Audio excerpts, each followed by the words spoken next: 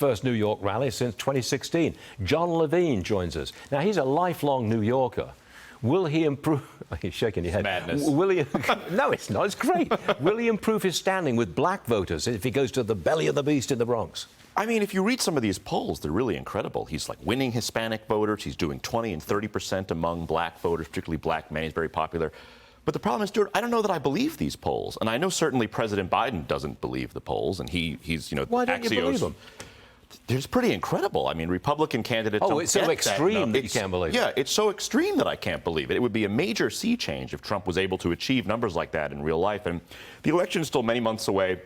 The Democratic Biden spending campaign machine hasn't cranked up into high gear. And I think when that happens, it's much more likely we'll see more traditional, levels of support among us. But he's doing the right thing. He's doing going the right to the thing. Bronx. Absolutely, absolutely. I mean, who knows what kind of crowd he can get there. There's no question that Joe Biden takes New York for granted. He comes here for high-dollar fundraisers with billionaires and then gets the money and spends it in the swing states. Though he doesn't, because he doesn't feel any need to win New York because he considers it in the bag.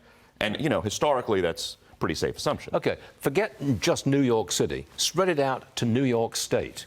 Could Trump win that? When I travel outside the Manhattan area, it's Trump everywhere. Trump could win every other part of New York State except New York City and still lose New York State by a double-digit margin. No. If he gets a significant portion of the black vote in New York City and the surrounding environs like Long Island, he could win. I hate to take the punch bowl away from this party, but I just, if they sense, in New York you can vote for like a month, and if they sense any sign of trouble, I know the Democrats here. There's going to be buses going up to the homeless shelters, and it's going to be get in the bus, and you know what to do. Here's a ham sandwich. I've seen it in the past. They have ways. How do you think they got Hochul over the finish line? Okay. I mean, I'm going to move on to something that's really important. Actually, I think this is a very big deal. Washington Post editorial board, they've just come out against diversity, equity and inclusion on college campuses. They say these DEI statements have led to schools have too often led to self-censorship and ideological... That is a big... Wow. That's the editorial board. The Washington Post on the right side of history. I never thought I would see the day. And yet here we are. And think about where we were in 2020 when we just had mobs of BLM rioters all over the country burning and destroying stuff, mostly peaceful, of course. And we were told that this is fine, this is normal, you need to celebrate this. And there's been a real sea change in American public opinion. I think you're seeing that on college campuses. And I should clarify, the Washington Post didn't come out against DEI.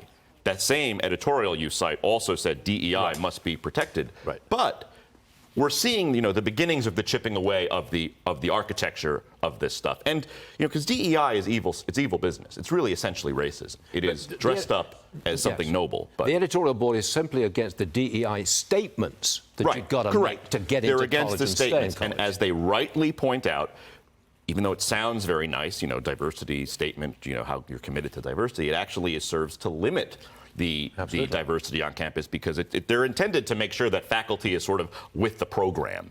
And any faculty with a wrong think idea is not given tenure or offered a job at the institution. So as the Washington Post points out, it actually limits intellectual diversity on campus. But it's a good start to chipping away at the whole concept of DEI. It's starting somewhere. The Berlin Wall comes down one brick at a time.